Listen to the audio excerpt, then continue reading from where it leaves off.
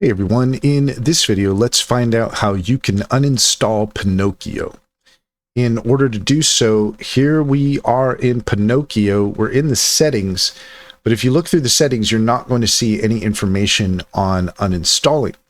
And that's why you're going to need to go into the actual settings of your device. In this case, we're on Windows and we're in our apps, and here you can find Pinokio. We're just going to scroll down here. It's alphabetical, and you can find Pinokio here.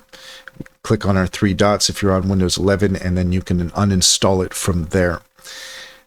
And that's all there is to it. If you found this video helpful, please leave a comment and like and subscribe, and don't forget to set your notifications for more helpful tips.